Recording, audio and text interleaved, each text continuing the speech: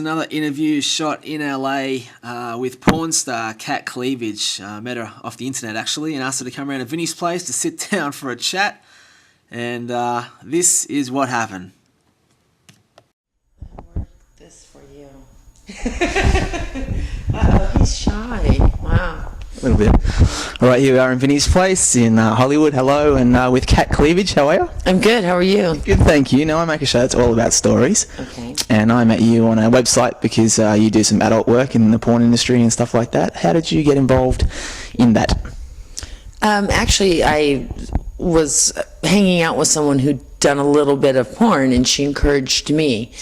And so that's kind of what happened. I did a couple magazines, and then my first hardcore movie was, I think it was in 2000. Was that a bit weird when you did that?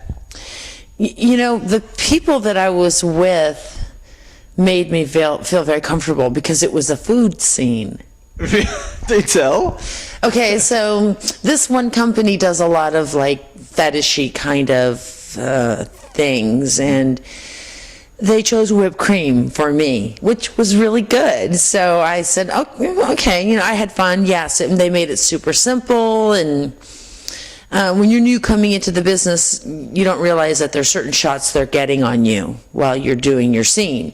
And you don't know this until you do get acclimated to doing scenes. You're like, oh no, they got to get that shot. So you got to stretch a little wider open than you normally would for sex. So it's very technical, yeah. And you grew up in LA? I grew up in Los Angeles, yes. So what's that like? Because you don't meet too many people that actually grew up here. Well, I find that anyway. I mean, everyone comes here from somewhere else, but you're a LA girl. I am, born and raised. Yeah, I don't meet too many people that are from here either.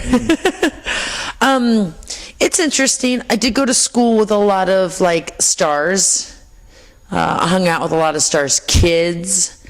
I kind of went to school with, like, the Brady Bunch people. Really? Yeah, that's the era, yes. Mm-hmm. Okay. Yes. And so how many films have you done in the business? Because I was looking at some of the titles upstairs before, and it's pretty interesting stuff, a lot to do with big boobs and stuff. Mm-hmm. Did I scare you? I enjoyed it.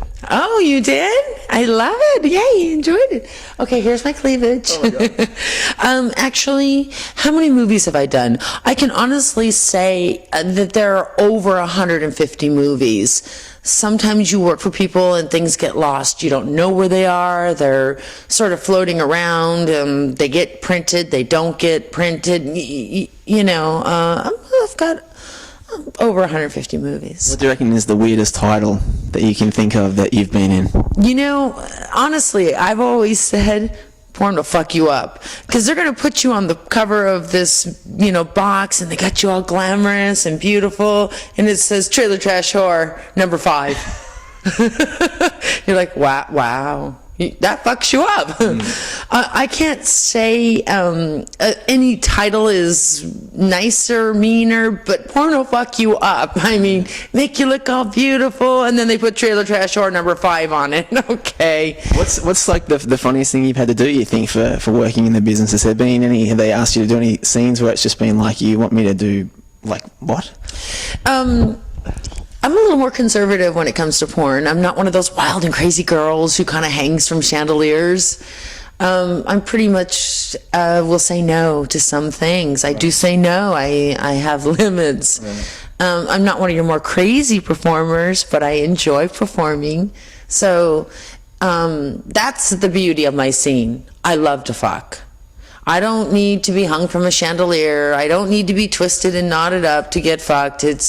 You're not going to find that in my scenes. You're going to find more of a real scene, like somebody who likes to fuck. Mm-hmm. Yeah, I've been lucky to interview a few people in the industry, and actually a few people on the radio show from overseas that do porn too, that I used to do. But do you find that it affects your personal life? Do you watch your own videos at home, or do you meet someone and, like, does it affect your personal life in a major way for you? Guys might be a little bit intimidated, I would think.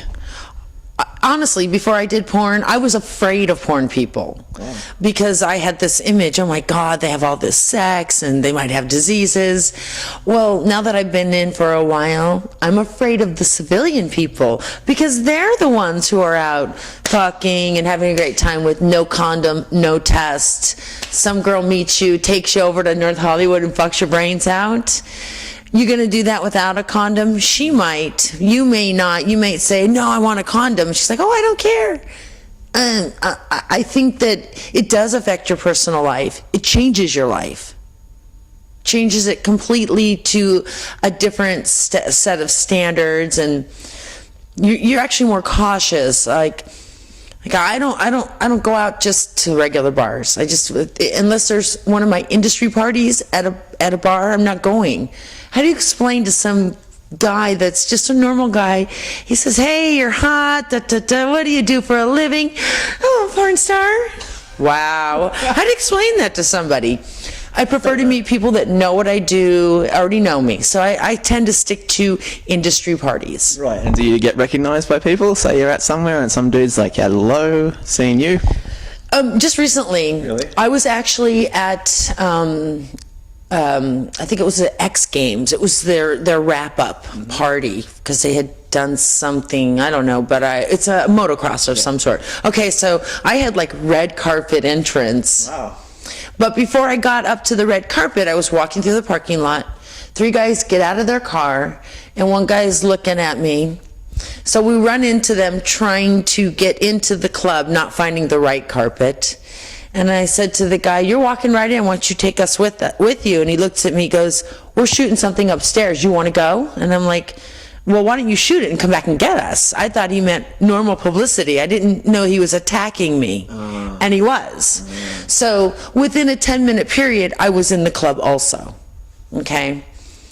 I'm sitting down, just kind of looking around, and he comes up to me and he says, "I'm really sorry, I didn't mean to be rude to you." And I said, "What do you mean? You were rude to me?" He goes, "Well, that comment about shooting something." I'm like, "Yeah, what?" And he goes, "I know who you are. I've seen you. I know exactly who you are." I'm like, "Okay. So why were you rude to me?" He goes, "I don't know. It just came out." So sometimes it can be a good thing, and sometimes it can be a bad thing.